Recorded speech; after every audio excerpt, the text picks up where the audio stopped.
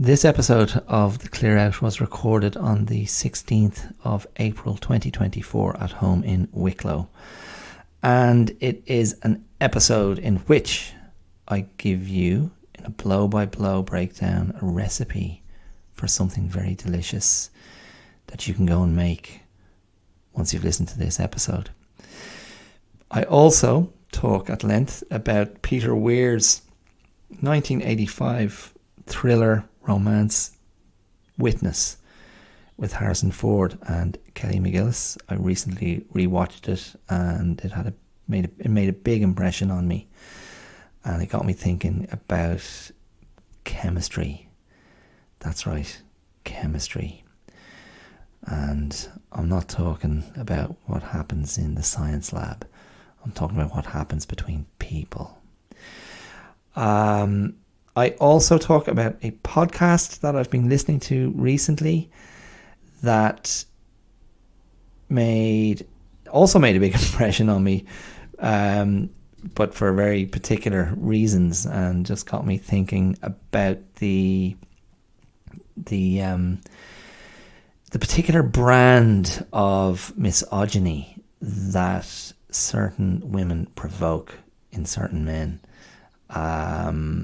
And I just kind of talk a bit about my own thoughts in that area, and just try and explore what it is that men feel so threatened by.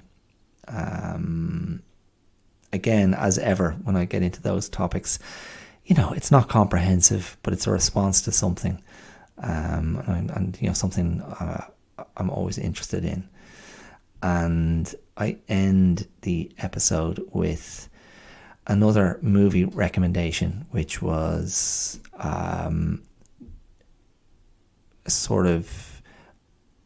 it was my grab for some anti-misogyny comfort food, a sort of an antidote to some of the things that I'd been listening to.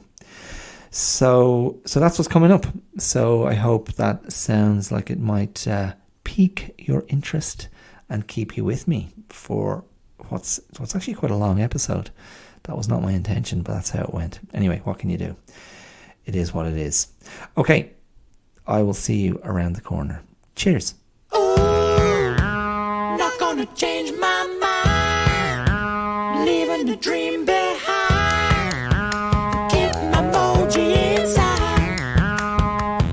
Hi, my name is Dara Clear, and you're listening to The Clear Out. How are you? You're very welcome. Thank you for joining me for what will be a mixed experience. Highs, hopefully more highs and no lows. So get ready to traverse the mountain range of ups, lesser ups, more ups. Prepare to get elevated and out of breath. That might be germane to one of the topics I intend to cover today. But where to begin? The sun is shining. I mean, it's ridiculous. This shouldn't be a topic of conversation, but it is, because we've had so little of it over the last few months. The last 4, 5, it feels like the last 6 months. Now, I know in November I swam there were some great sunny days in November, but December got progressively darker and wetter, and then January, February, March, 4 months, awful stuff. But it's gorgeous out there today. Pepper the dog is asleep in the garden. She's had very little opportunity to do that, to bask in the sun. The chickens, now I'm not looking at them, but I was looking at them before I came in to record. One of the chickens was up on the fence. 2 other of the chickens were just in different little corners of the garden. And Uno, the rooster, who I feel has very numbered days left in his particular lifespan, if he continues to be a colossal cock, because that's what he is after all. he's getting increasingly aggressive. I was passing by the house the other day. I had something in my hands. I think I was disposing of some ashes from the stove, and I had a jacket on, or a cardigan. I think I spoke about the cardigan a week or two ago. A thick garment anyway, but I just suddenly felt this pecking at my back, and I realised that the rooster was just doing a little drive-by. I'll just have a go at this guy while he's otherwise occupied. He was very lucky he didn't get decapitated. And my wife was telling me yesterday that she was attacked twice by the rooster. So, that type of aggression, it just won't wash. It's not sustainable if you are a small, aggressive animal. You're just asking for an early end. And you may or may not recall, if you are a regular listener, you may recall. But our former rooster, the Edwina was dispatched last summer, and again Edwina had been getting increasingly hostile, and he had to go. Edwina, I don't think, was in any way confused about his gender, but we did give him the not particularly masculine name of Edwina. But he was humanely got rid of by my friend Will. And my daughter doesn't know that. As far as my daughter's concerned, the rooster went up to live with Will, and the foxes got him. But that might be the future for Uno if he doesn't pull his head in. I consider that an Australianism, to pull your head in, because I used to hear that a lot. Not directed at me, thankfully. Maybe it's known in other parts of the English-speaking world. It's just, get a control of your ego. Stop sticking your... Don't be sticking your nose in where it's not wanted. Don't be sharing your opinion where it's not welcome. Just pull your head in, will you? Okay? Pipe down. Get back in your box. I suppose it can be patronising, but it's also a good put down and somewhat of a shut down as well. So, in any case, that's what the livestock here at #Blessed are up to today. The cats are sleeping somewhere as well. And the other chicken, Bluey, is quite cute. I'm not sure what she's up to. I didn't see her when I looked out, but I'm presuming she's all good. Okay, there you go. Now you're up to speed. How exciting. My goodness. It is life on the edge, on the razor's edge here in this lovely corner of Wicklow. And that's not the beginning. This is the beginning. I want to talk about Cheesecake. So when I was, I think, 11, and I was staying at a friend's house, one of my buddies from primary school, and I was always very impressed with his house, his family house. It smelled nice. It was warm and cozy. It was very clean. I found these things very appealing, and his parents were very nice, and his mother was always in very good form, very nice. Nobody was shouting at anybody. Nobody seemed to be getting in any serious trouble. My friend and his 3 siblings, all of whom were girls, they all had nicknames, like family nicknames, which I thought was very cute. So I kind of romanticized this family, like they were like a little local white Cosby Show family, all good vibes, all very jolly and good humoured at all times.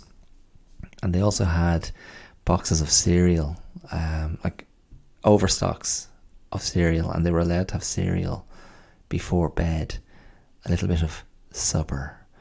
And I thought, this is brilliant. And one other thing that enamoured the family, and the mother in particular, to me, was that she made very nice desserts. And one day when I was over, she said, "Come on, lads," to myself and my friend, "I'll show you how to make a cheesecake." Or I don't know if we proposed it But I was like, yeah, cheesecake, let's do this thing. I was very enthusiastic, and she made a lovely lemon cheesecake. And that became my thing, that I would make cheesecakes thereafter. And I had many not great attempts, but I eventually got the hang of it. And now, when I choose to make a cheesecake, it's very easy. And these are not baked cheesecakes.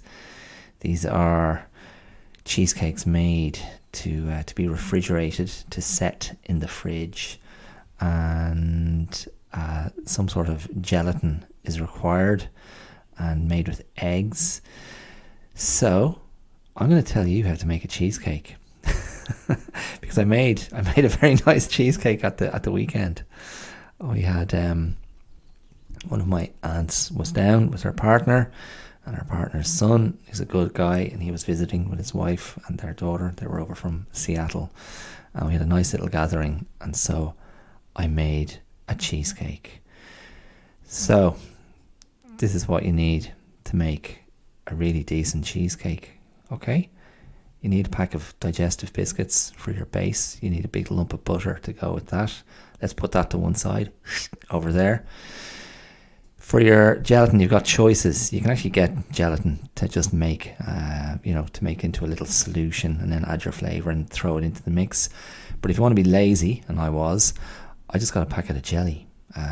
Is that what Americans call Jello? So I just got some raspberry jelly, and I dissolved that in about 100 mils of water, and I let that cool. So put that to one side as well. Bang, push that over there.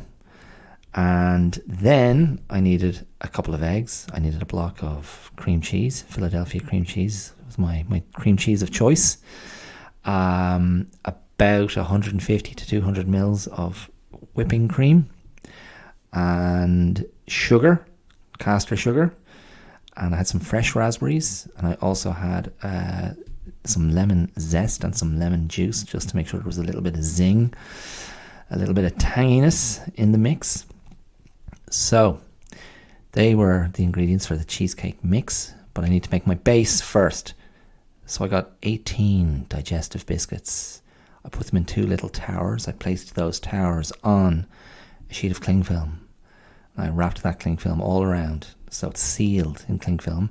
Then I got that little package of my 2 towers of digestive biscuits, wrapped them in a tea towel, and I bet the hell out of them with a rolling pin.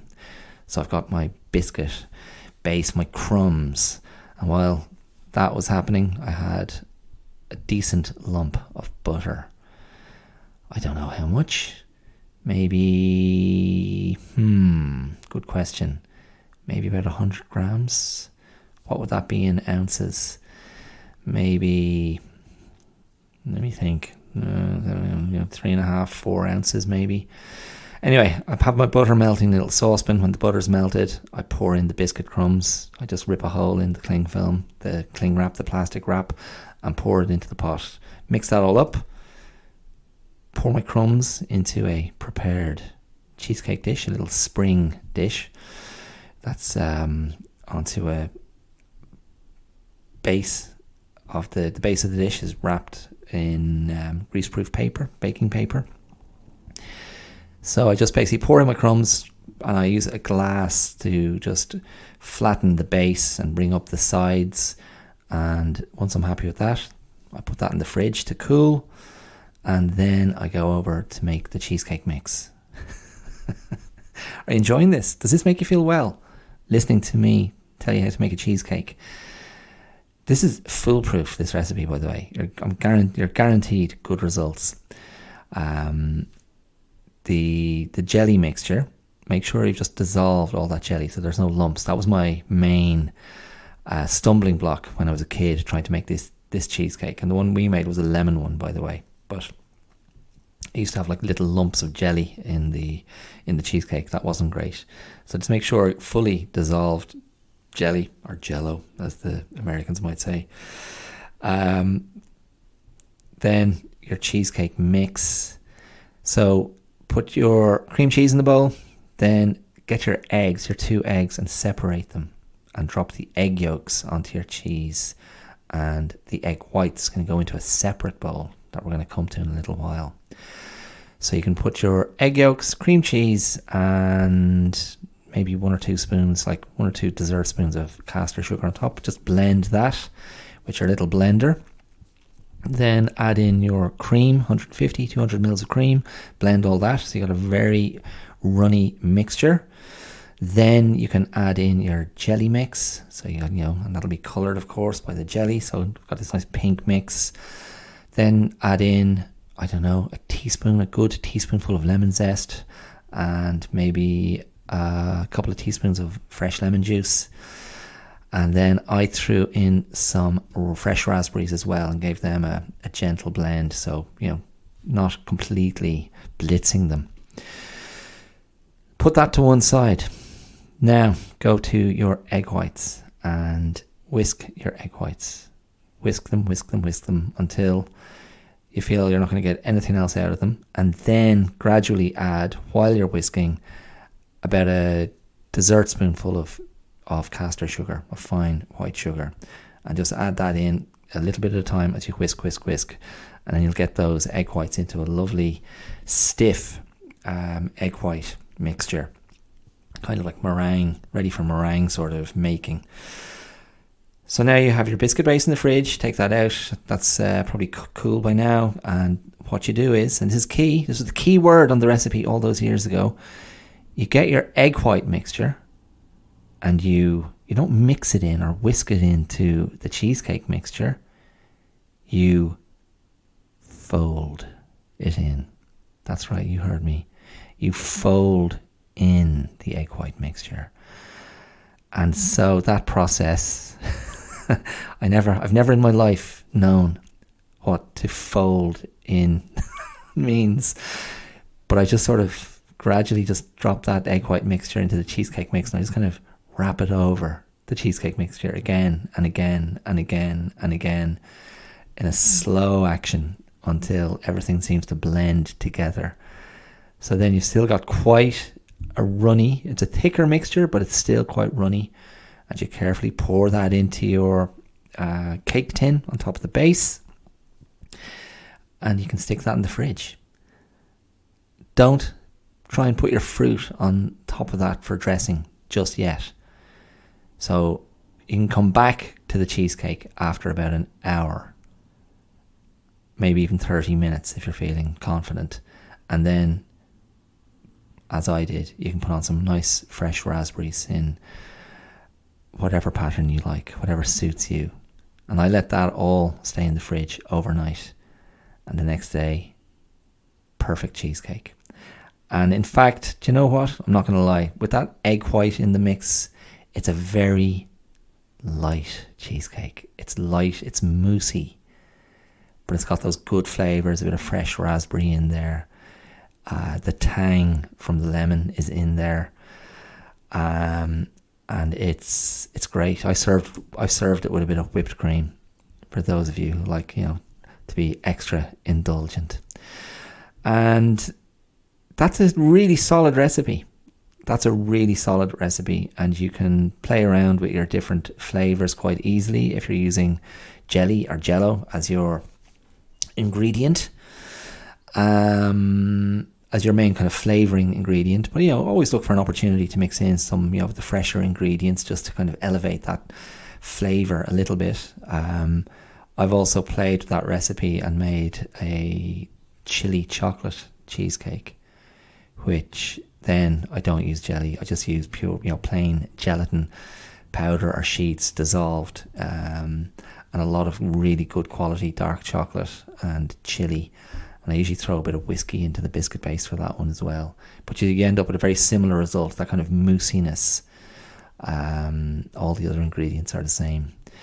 So there you go. If you didn't know how to make a non-baked cheesecake before, now you do. And I want to hear some results. I'm generally not a big Instagrammer of my cooking. Occasionally I will. And that was a good cheesecake at the weekend. It probably merited a photo for social media consumption. But I'm, as I mentioned last week, I'm having I'm having real issues with social media at the moment. I don't know what it is. I don't know something's broken in me, or maybe something's fixed in me, but I just don't really have an appetite for pushing stuff apart from the minimal, posts I put up to say there's a new episode of the pod.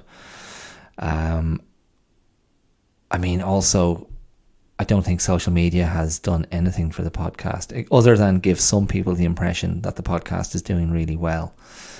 And believe me, that's only an impression. And again, I know it's very relative what we understand by doing well.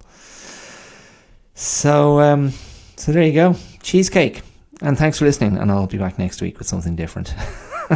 No, I won't. I don't know what possessed me. Cheesecake. Desserts were very important to me. I have said at some point in the past how much of a sweet tooth I had as a kid, and in fact through much of my adulthood I had a serious sweet tooth, ever present. Like, that was my addiction, sugar. I wasn't, I didn't cater to an addictive tendency in other areas. And it was really only until around the time my daughter was born that I really pulled back on the sugar, because of dental hassle I was having. And then as I moved further into my 40s and my body started to behave differently, I was like, maybe I can have a look at what I'm putting into this body. And so I still have a sweet tooth and I still eat sweet things, but nowhere near my previous levels of consumption. But my interest in desserts is directly connected to that sweet tooth, and enjoying making desserts was a huge part of that. And I'd be able to measure or gauge how much I've backed off in terms of my sugar intake by how seldom I make desserts anymore. Because it used to be, any excuse at all, make some form of a cake or a cheesecake or a crumble or a bread and butter pudding or rice pudding. A lot of quite traditional desserts that are designed for more than one hit. Now my brain is ticking over. I'm thinking, I just bought some rhubarb today. Maybe a rhubarb fool. Because I was hesitating. I did some food shopping earlier today. I was like, will I get cream? Do I need cream? I won't bother get cream. And of course, for the last few hours, every other thought in my head is all the different things I could have used cream for. So I didn't get cream, and you need cream for a rhubarb fool. And I'm a bit of a rhubarb fool. I like a bit of rhubarb. Okay, enough of this nonsense. Do try and make that cheesecake, though. I recommend it. What I want to talk about next is movies. It's going to be movies for the rest of this episode, but movies through a couple of different lenses.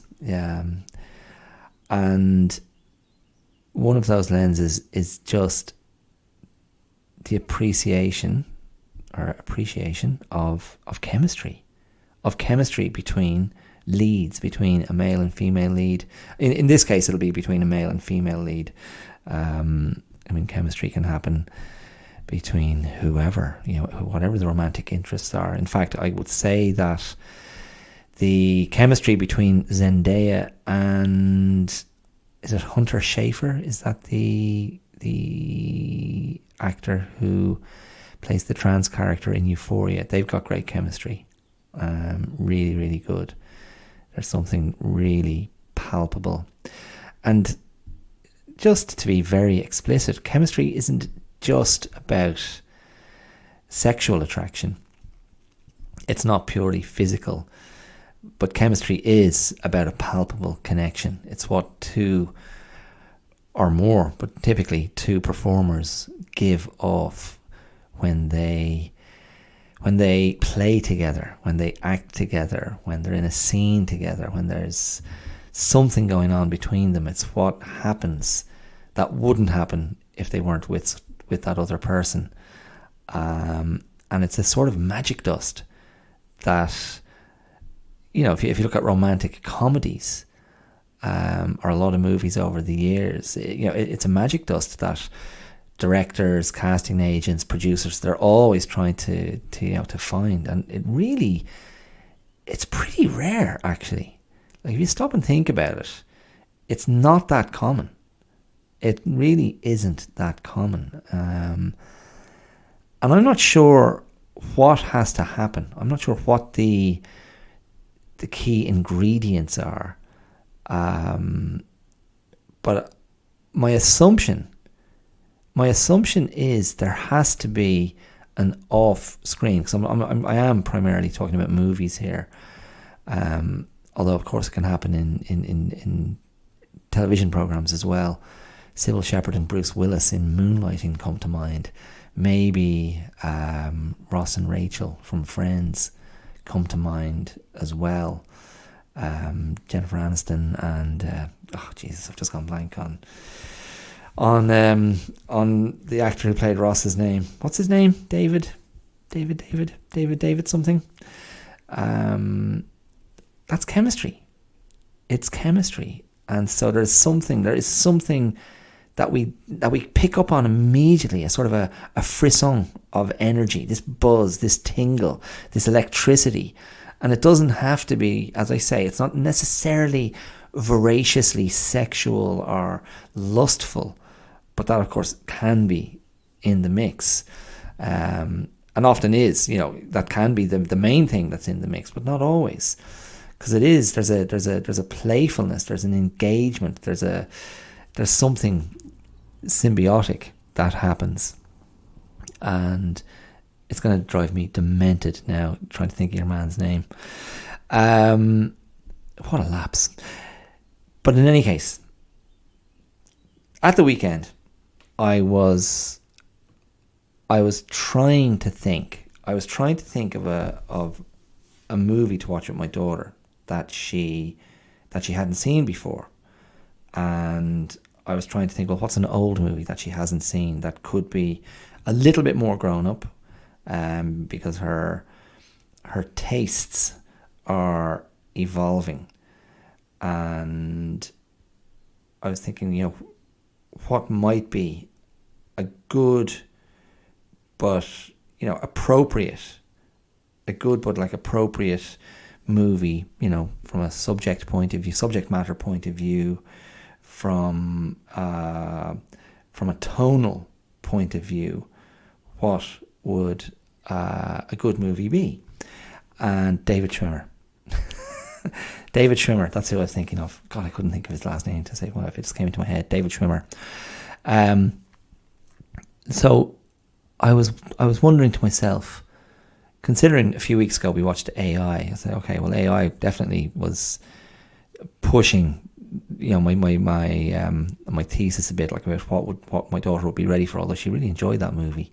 So, I was right, but there were bits that I was a bit uncomfortable with, particularly with Jude Law as a AI gigolo. But in any case, I was considering Witness, 1985's Witness, directed by the Australian director Peter Weir, starring Harrison Ford and Kelly McGillis. And I remember seeing Witness as a very young guy, probably only a tiny bit older than my daughter, or maybe the same age, 10 or 11. Now hold on, if it was 85, I would have been 11, and I didn't see it in the cinema, I saw it on video, so I would have been 11 or 12 when I saw it. And I just thought it was brilliant. I remember at the time thinking, this is brilliant. It's Harrison Ford, he's not playing Han Solo, but he's really good. There was something that was very grown up and quite scary about it, because basically, if you don't know the story of Witness, it's very simple.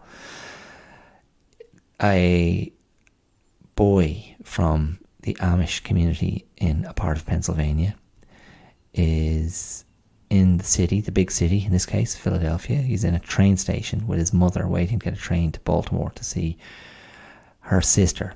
And the mother has just lost her husband, and the boy goes off to use the toilet, and he witnesses a murder in the toilet. And Harrison Ford is the detective who's investigating the murder, and it becomes clear very quickly that the police, his own department, are implicated in the murder. And so it becomes a case of Harrison Ford trying to keep his witness safe and get away from the perpetrators of the murder, who know that he's onto them. And so he flees to the Amish community from where the mother and son have come. And it's in that context that we have the unfolding tension of this romance and attraction that is really evident between Harrison Ford as the detective in hiding and Kelly McGillis as the mother of the son.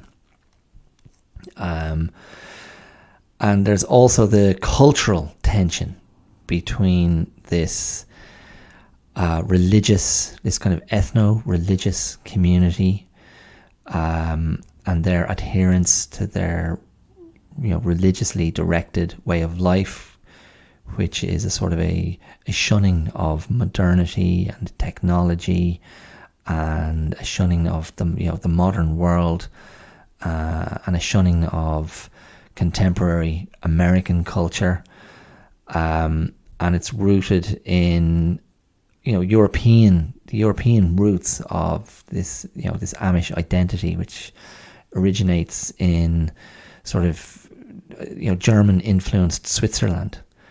And I think one of the great achievements of the movie and of Peter Weir's direction is how tastefully and judiciously and wittily he presents the Amish and their way of life, and how he explores that tension between what they're trying to achieve in terms of remaining sort of cut off and safely removed from the rapidly advancing modern world. And so when Harrison Ford enters their community, and he does so in a diminished state because he's been shot by one of these dodgy cops from the city, he has to be restored and minded and returned to health. But he represents a threat because he's a man he's not a man of faith or God. He's a man of the gun. But of course, in that regard, then he is verboten. He's forbidden, and there's something.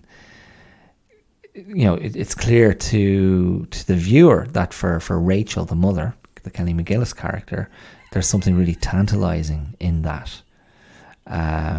In what is forbidden, what is dangerous, and the appeal is even greater when the danger is actually wrapped up in the package of a very kind of laconic, decent, leading man persona, of Harrison Ford. A good guy who is trying to protect her son. He is. There's not much ambiguity to Harrison Ford's character, but funnily enough, in one of the key scenes in the film, there are a few kind of set pieces, but in one of the key scenes in the film, Harrison Ford, and this kind of budding attraction that they're kind of keeping control of, has been building through the story. But he comes across Rachel, bathing herself from a basin of water. So she's standing half naked in her room, sponging herself down. And Harrison Ford is, standing in the doorway looking at her. First, she sees him through her mirror, and there's just this great moment where instead of her character being either, humiliated, embarrassed and shy on one hand, or being,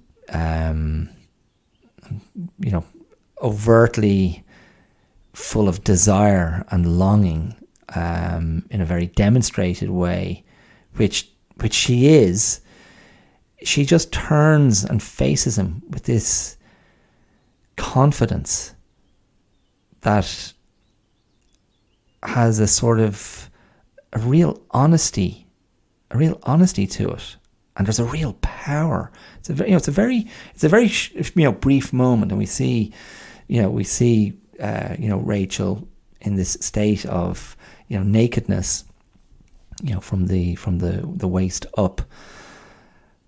But it's really powerful, and it's probably the moment in the whole story where Harrison Ford is least potent. In fact, he's kind of unmanned by the moment, and sort of, almost kind of just turns away awkwardly, or looks down awkwardly, and is unable to proceed. And it's not dialogue heavy at all. It's really really good and really effective, and really beautifully shot. I didn't check who the cinematographer was, but again, with Peter Weir, with his direction, I presume, like a lot of the internal shots are shot in this very sort of, I don't want to say tasteful, because it sounds too kind of curated and prettified. But these are houses that aren't running on conventional power sources. Like, they're using old-fashioned technology, so they're using kind of lamplight and candles and generators that don't appear to be that powerful. So there's always this kind of low light or diminished light internally. So there's kind of shadow and light, and it's quite evocative of maybe the kind of Dutch masters, these painters from the 1600s, 1700s, Vermeer, maybe going back to someone like Caravaggio, maybe who's a less obvious comparison, but just the way Caravaggio used shadows and light in his paintings. There's some of the kind of the mise en scène and compositions in the different scenes in the movie, particularly the internal shots, that are really kind of classical. And of course, this is to emphasize the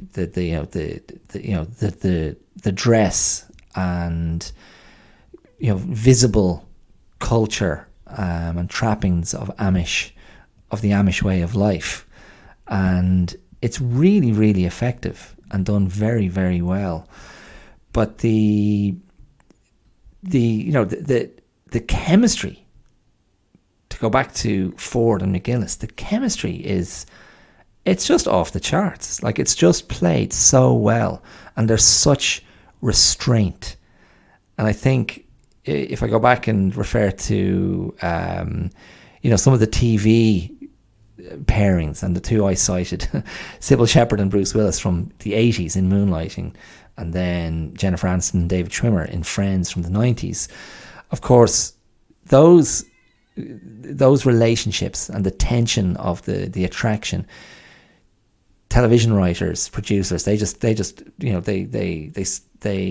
tease that out for as long as they possibly can. And often when those relationships are consummated in TV, the magic goes. So it's in that tension. It's in holding that tension for as long as possible.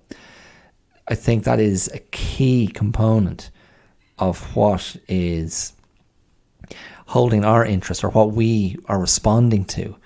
And there's just something of the, there's something of that the kind of anticipatory sort of satisfaction, or the anticipatory longing of, oh, is this going to happen? I know it's will they, won't they? I mean, that's more the kind of the TV mode, but it infuses so many of the scenes with Ford and McGillis, and there is a climactic moment later in the film when they do find themselves in a clinch, in an embrace, with very passionate kissing. But even then, it was unclear to me. maybe if you've seen the film, you can tell me. But it was unclear to me whether they went any further than that, because certainly nothing is shown. But in that case, from a dramatic point of view, it's like time is running out. Time is now against them, and there's a mounting resistance within the community to Rachel pursuing her interest in Harrison Ford. And particularly, and this is, I think, one of the great kind of comic strains through the whole movie, particularly when there's this one of the single men in the Amish community has just got, he's like an exocet missile. He is like, I'm getting Rachel. Her husband's body is barely warm, is barely, barely cold, I should say. It's still warm. And he's like, Rachel, if there's anything I can do for you. And he's played by Alexander Godunov, who was, I think he was a ballet dancer, wasn't he? He was also a memorable villain in Die Hard, vying against Bruce Willis. But he's very conspicuous physically in the film because he's got this kind of long, straight blonde hair. And there's something about his smile that is, it's just a bit overconfident. He's a bit like, I know I'm a great catch, and this widow would be mad not to, drag me to her bed right now. And the kind of the bristle, more on his side than Harrison Ford's, but the bristle from him when Harrison Ford, ends up in their community and in Rachel's house, being cared for by her father and her. It's almost more than he can handle, but like he's trying to do the right thing and be a sort of a, you're welcome here. It's good to have you. And their bond is, the bond between Harrison Ford and Godunov's character, whose name is Daniel. Their bond is formed sort of uneasily, I suppose, in one of the great set pieces of the movie, which is the barn raising, which is a lovely sequence set to some beautiful music from the composer Maurice Jarre. And yeah, the members of the community are basically raising a barn, building a barn for this newly married couple in the community. And it's very evocative, it's very classical, very archetypal, and there's a real, I suppose, what Weir was trying to evoke was just the strength of the community bond, the solidarity, the way the members of the community would support each other, the self-sufficient altruism of the community. and just these traditional values of giving to others in the community, and that's pitched in contrast to the world that Harrison Ford has come from, and the corruption and venality of the police that he is fleeing from, and the kind of, I suppose, the projected suspicions that the Amish would, with which the Amish would view the non-Amish world, and they refer to everyone outside their community as, the English, which, as an Irish person, of course, is very amusing, that, the English are the enemy. Now, they're referring to the English-speaking Americans, or the English-speaking rest of modern America, because in the Amish community, they're speaking what I believe is known as Pennsylvania Dutch, which is a form of German, and that's so again, you've got this. There are quite a few sequences when we're just amongst the German-speaking Amish, and again, it's very effective in terms of its disorientation or its alienation as the modern Westerner viewing this. You're going, this really is another world. This is another place, and there's a whole other code of behavior and a different set of laws. And this comes up very explicitly when Rachel's father, played by Jan Rubes, is saying to her, you can't keep making eyes at Harrison Ford. You can't keep making it clear to the rest of the community that you're interested in this guy, because you're going to be banned. I can't remember the word he uses in the script, but basically she'd become an outcast, and he wouldn't be allowed to see his own daughter, and the stakes feel very high because it's a very secure, codified world, and the only critical eye or rebellious dynamic that we're exposed to within that world is from Rachel, the widowed mother.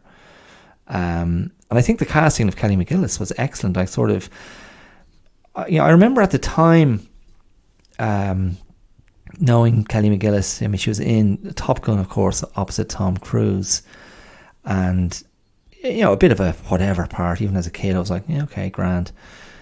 But I remember around that same time, the mid-'80s, when she was in The Accused, and I recall reading an interview with her saying that she was offered the Jodie Foster part, which, if you're not familiar with The Accused, it's a pretty brutal rape drama and kind of trial movie where the Jodie Foster character is brutally kind of gang raped in a bar, and then Kelly McGillis becomes her lawyer, representing her in the aftermath.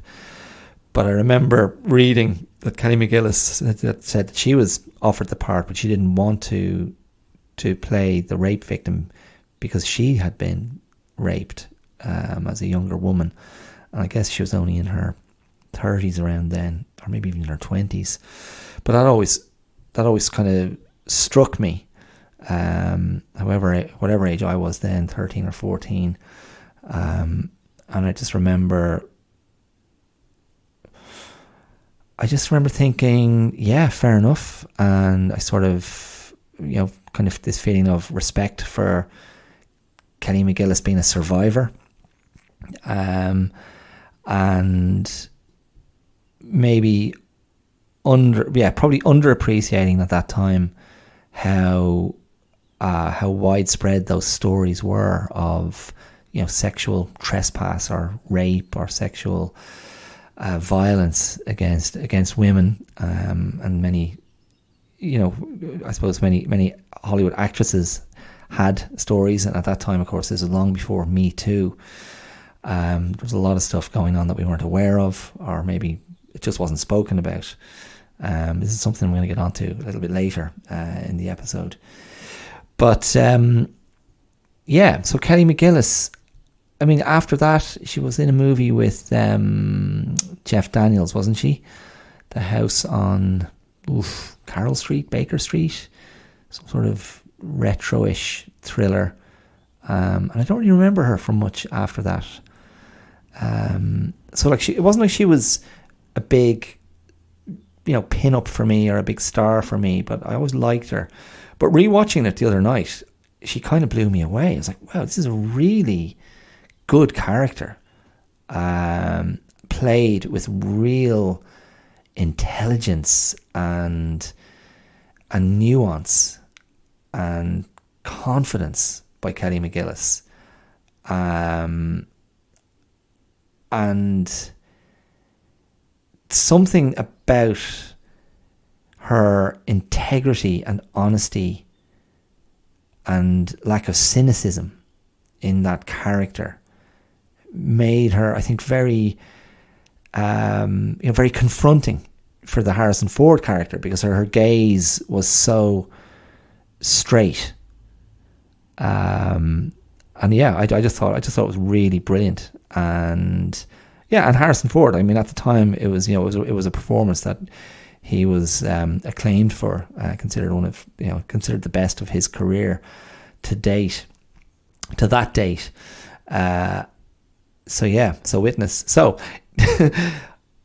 brilliant movie, so well worth revisiting. Really nice also for an early-ish Danny Glover appearance as one of the bad cops, and Joseph Summer as the senior cop that betrays Harrison Ford.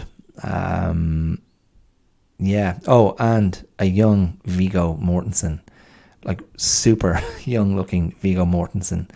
It's like before he'd kind of grown into his face. I mean, I had remembered that he was in it, but it was funny. He barely speaks in it. I think, is he meant to be the Godenough character's brother? But man, listen, watch that movie for Alexander Godenough, just to have a laugh. And finally, just a nice mention, and this is one of the reasons it occurred to me to maybe watch it with my daughter.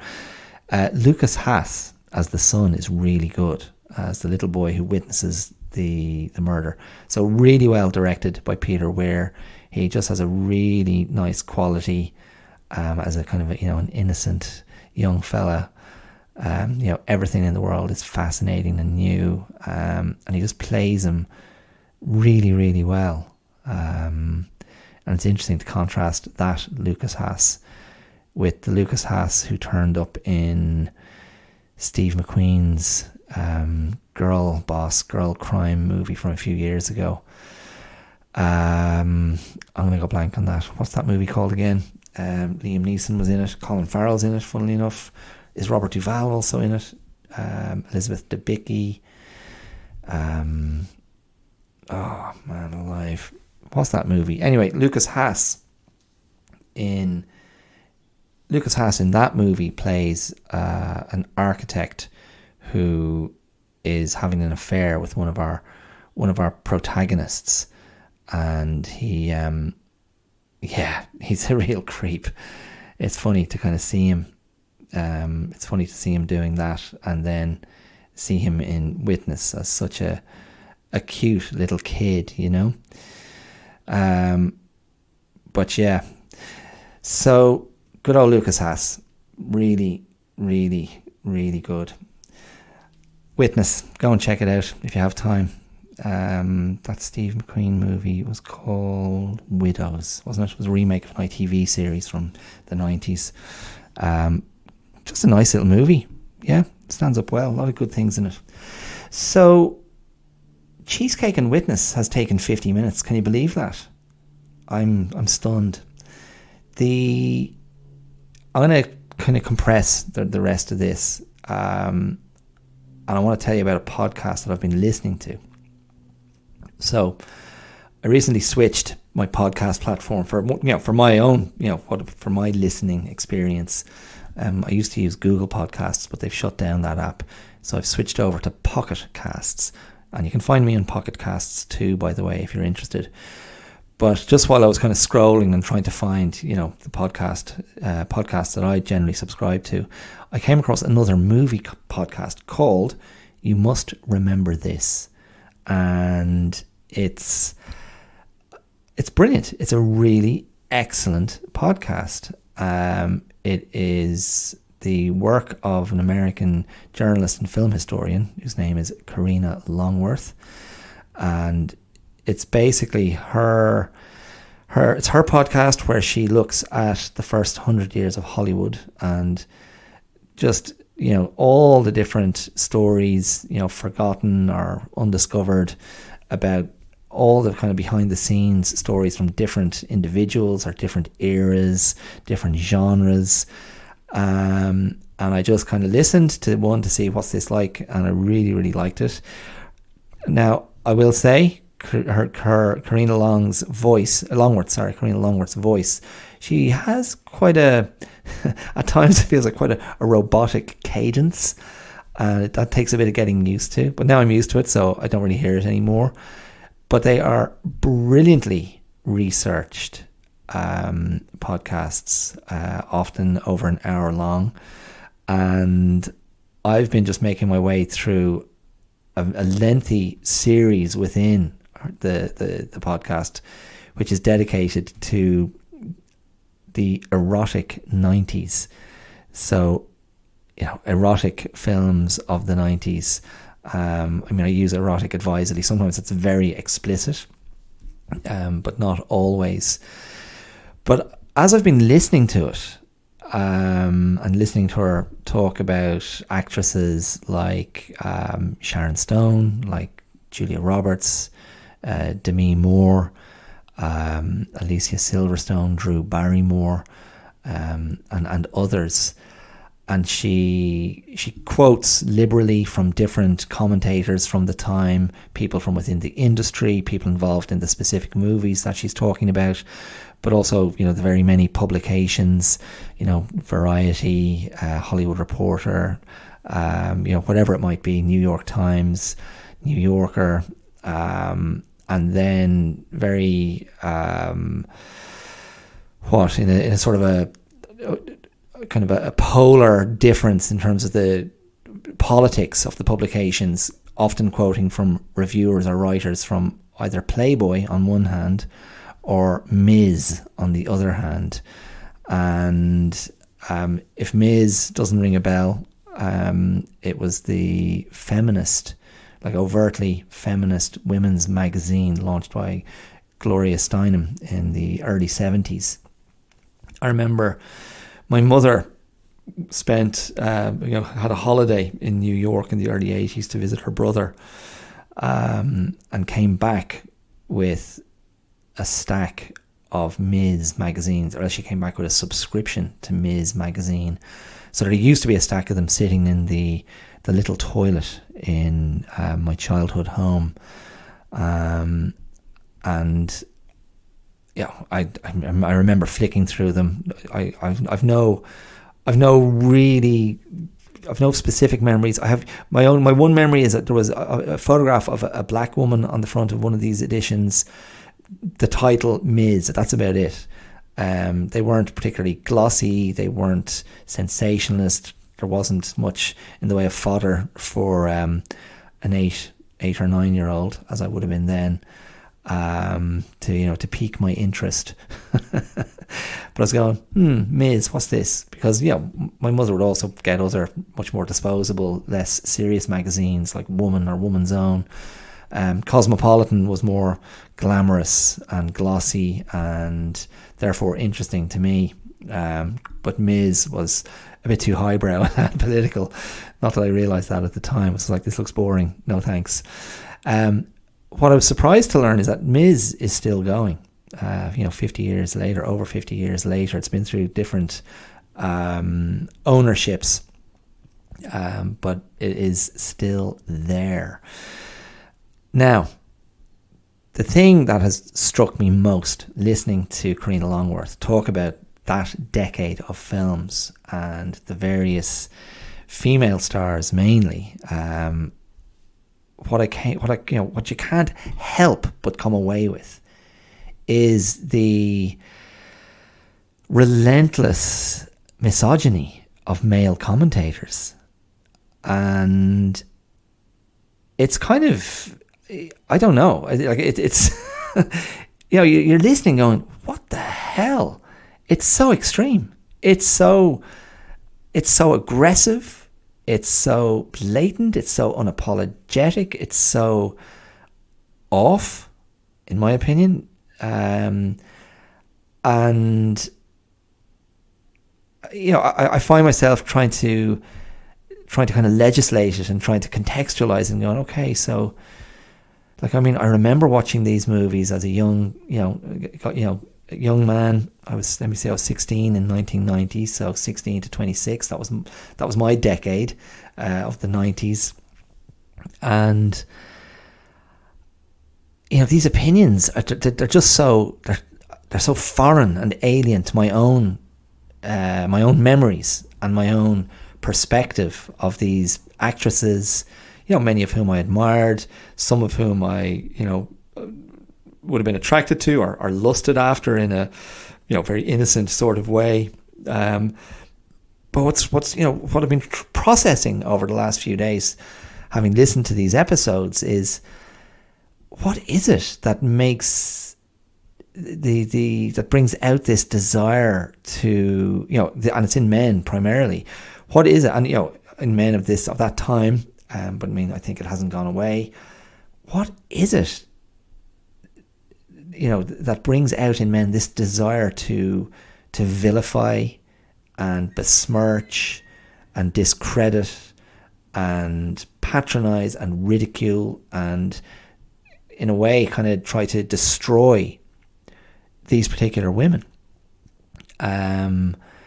It's, and maybe I sound completely naive asking that, but is it, is it fear of successful women? Is it fear of beautiful women? Is it fear of, of some of these women being very overtly sexual, and certainly in the roles that they're playing very sexual, characters with great sexual agency? Maybe epitomized by no one more than Sharon Stone in Basic Instinct. Is it a desire to punish these women because they can't have them? But when you listen to the quotes, and by the way, just let me clarify, Karina Longworth, from what I can tell, she's not waving her feminist flag.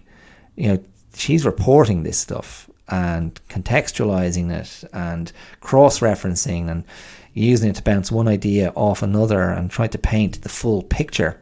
I don't feel like I'm listening to a presenter, podcaster, researcher. I don't feel like I'm listening to someone with a highly politicized agenda. This is someone who loves movies and is just, has produced something really brilliant, in my opinion. If you're interested in the backstories, if you're interested in, what was happening socially and politically at the time, like these, really excellent material, excellent work, great entertainment and fascinating and informative and educational. But the misogyny, the sexism, the chauvinism, it's astonishing. And maybe if you're a woman of a certain age, you're going, no, not astonishing at all.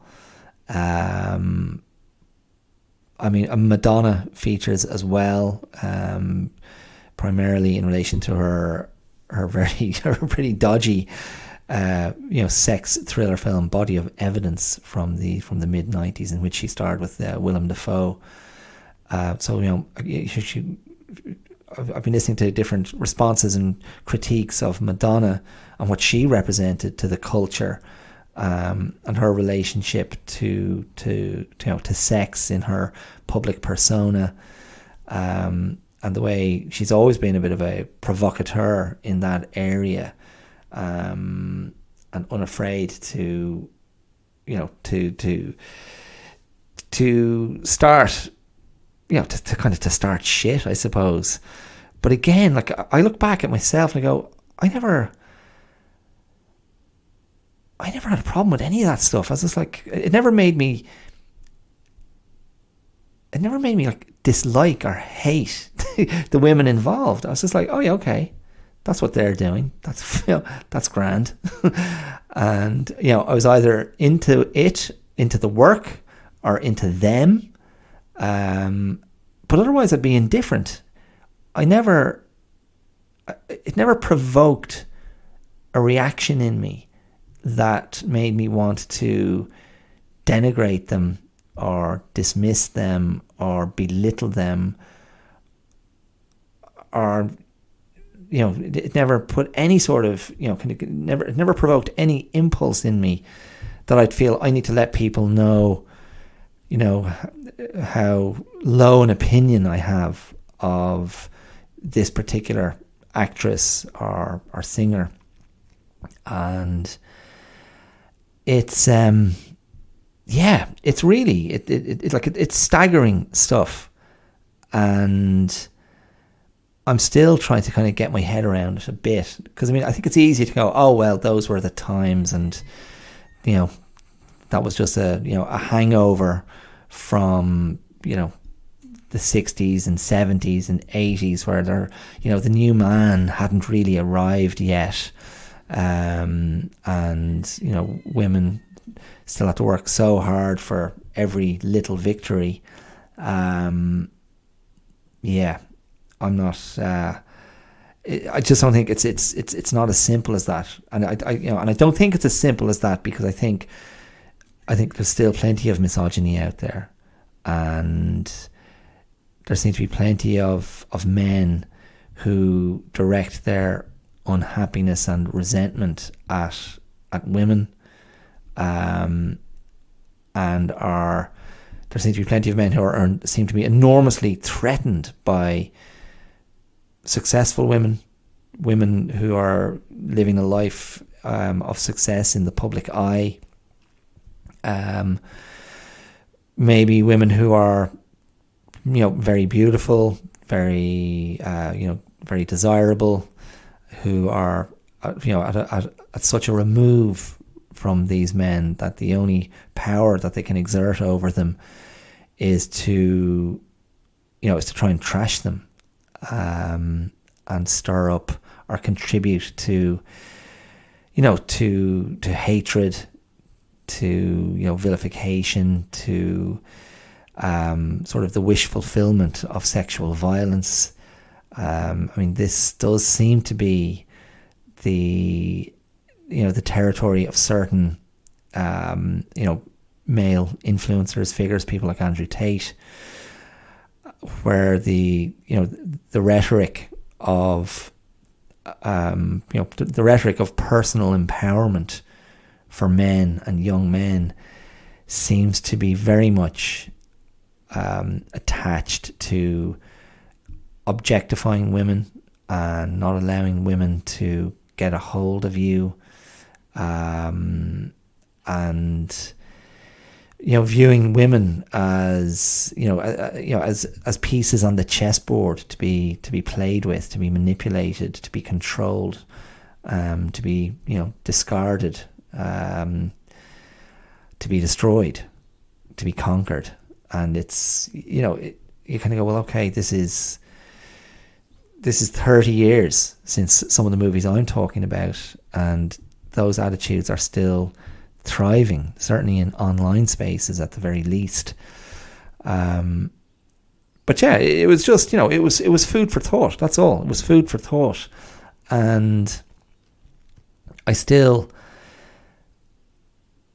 find myself kind of mystified and dismayed,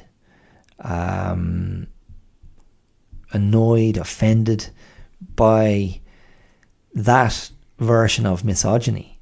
I'm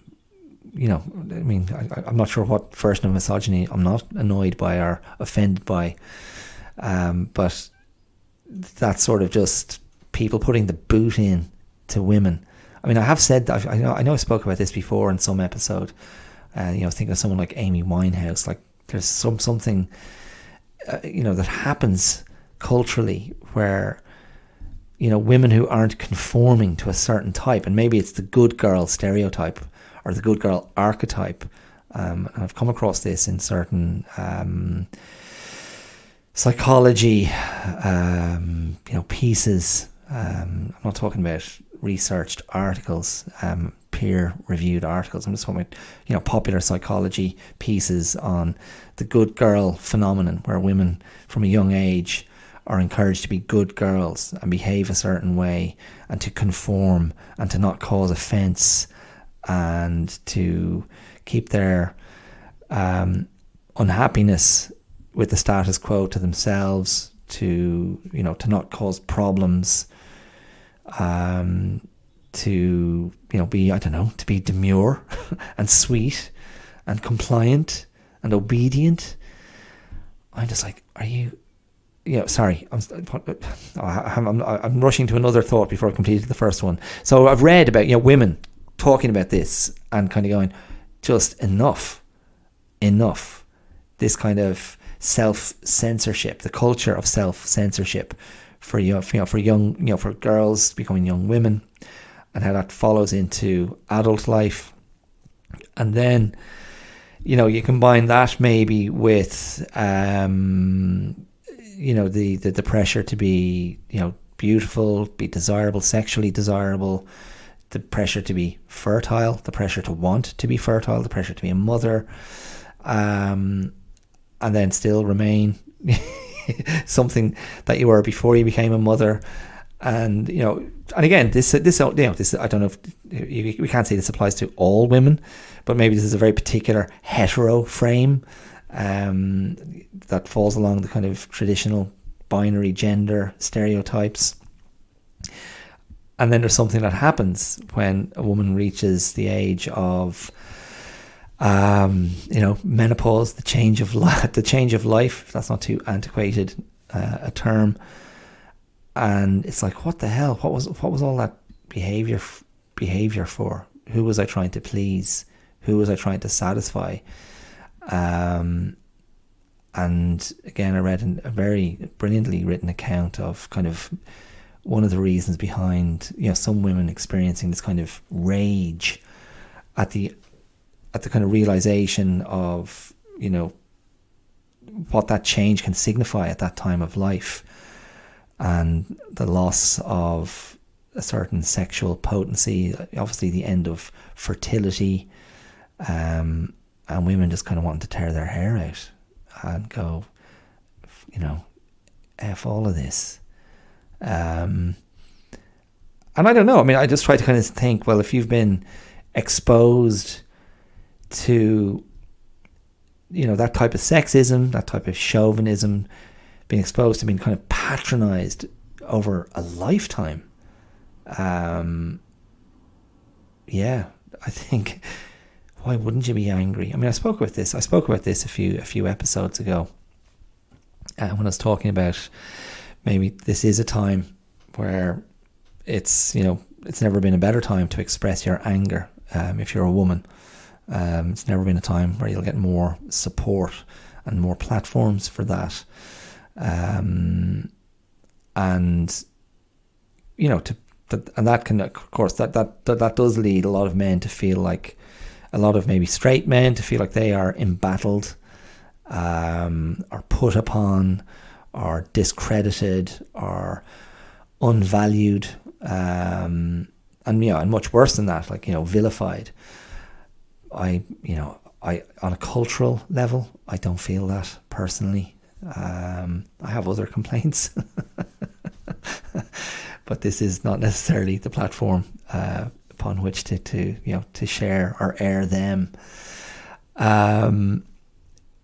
But yeah, I don't know. It's like there's a part of my brain that kind of goes, when I think about men of a certain kind, so a certain type of man who maybe ticks some of these boxes that I've been talking about, and a lot of their anger is directed at women.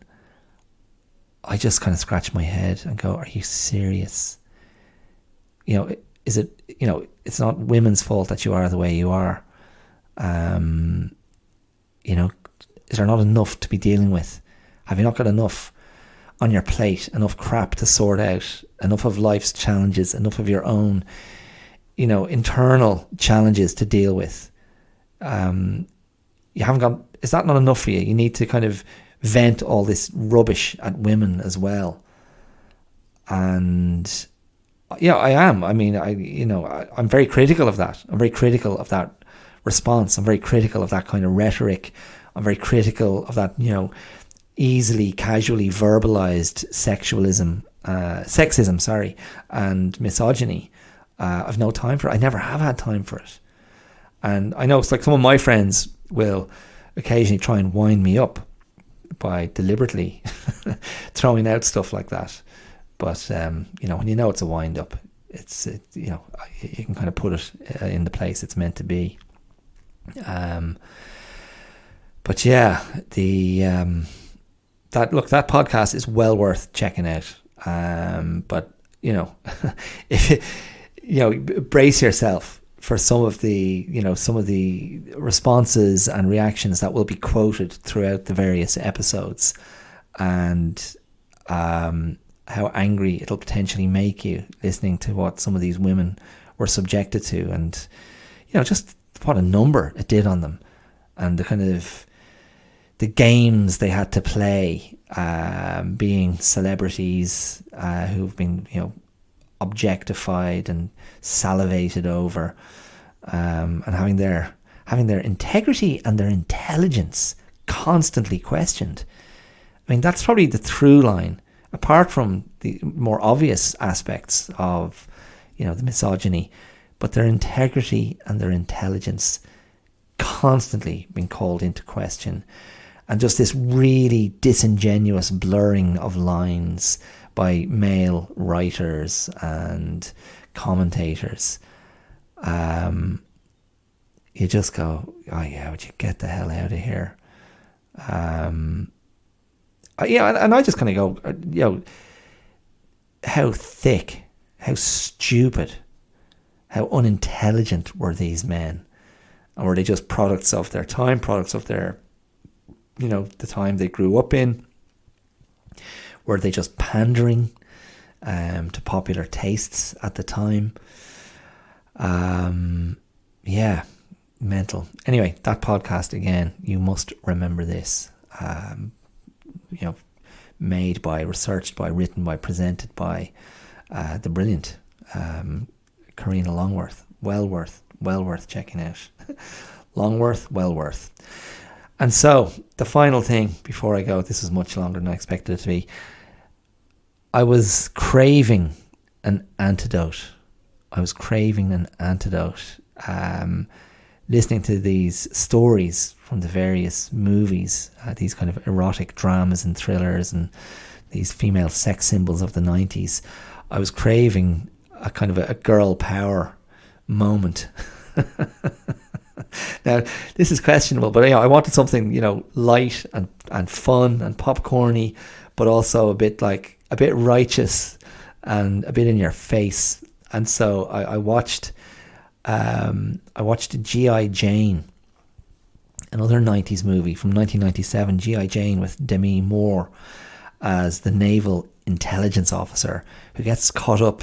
She doesn't realise it, but she's a pawn in the political shenanigans of a very scene stealing, but scenery chewing Anne Bancroft, who sort of tricks one of her political adversaries into trialing, allowing female members of the Navy to go through Navy SEAL training, and Demi Moore becomes that naval officer who's greenlit to do it. And so the real meat of the story is Demi Moore's kind of rite of passage in with all the men, being, going through this brutal regime of training as overseen by Viggo Mortensen, where you're going, it's actually a great Viggo Mortensen performance, kind of playing, very knowingly stepping in, this is the character, not the actor, but, stepping into kind of the bad guy role, the enforcer, pushing the recruits to their breaking point, testing out testing out the damage and the kind of the psychological fault line that having a woman amongst their ranks can expose. And Demi Moore kind of looking great, it has to be said, but just there's something about Demi Moore's persona, her on-screen persona, that has a sort of a sparkiness and a kind of a resilience, a toughness. And that was definitely what I would have associated with Demi Moore, watching her in the 90s. I think, it was probably those movies, G.I. Jane, maybe Indecent Proposal, maybe Disclosure. They're probably the last Demi Moore movies I saw. I never watched that one, Striptease. I kind of lost interest at that stage. But yeah, she's just, look, it's a hero story and she's the hero. And ultimately she kicks ass. And she kicks ass with, if not with her fists, with her head and feet in one particular sequence, and then demonstrates her value on the field of battle, but also goes head to head with Anne Bancroft's very cynical political mover and shaker in a great head to head moment late in the movie. And it's kind of ridiculous and kind of over the top, but it was actually very satisfying.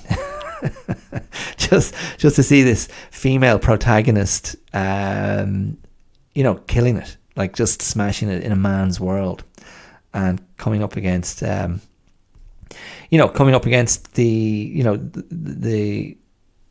very powerful woman who's playing by the men's rules, and the dirty rules of high-end politics, and still managing to overcome.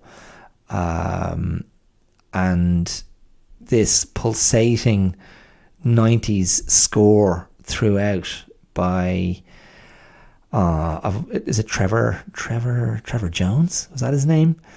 And it's so funny because I was listening to the soundtrack going, this is quite like the Crimson Tide soundtrack, which would have been from a couple of years earlier. Now, Crimson Tide was directed by Tony Scott, Ridley Scott's brother.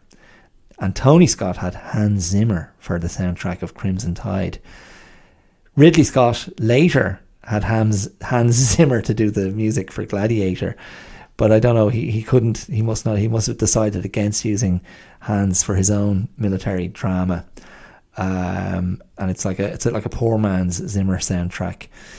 But yeah, it's just it's good entertainment, and Demi Moore is, yeah, she's kind of great in that role, and very easy to get behind, as she sticks it to the boys, who she wins over time, and maybe none so more amusingly than Jim Caviezel in an early role. Jim Caviezel was, of course, the lead actor in Mel Gibson's Passion of the Christ, playing Jesus in a very serious role, but in this he just plays very convincingly a really dumb, sexist fellow recruit. Yeah, very amusingly stupid. So anyway, look, there you go. That's Cheesecake to Demi Moore. Cheesecake to female heroes. From Cheesecake to girls sticking it to the man. G.I. Jane, it's very well cast. The male actors are very, very well cast, because you kind of want to, grab all of them and go, lads, get it together, will you, for feck's sake. Okay, that's it. I'm done for another week. Thank you so much for listening, and I will see you next week with something different. Throw me some love on social media if you like what you've heard. Leave me a review. A nice review goes a long way. A rating, a review. And if you're really into this, patreon.com/The Clear Out is where you can make a financial contribution to this independent podcast. Okay, that's it. Take care. Be nice. Be respectful. Be intelligent, for God's sake. And just sort yourself out before you're throwing hate at anybody else. Okay? It's pretty simple, isn't it? Okay, mind yourselves. Lots of love. Bye.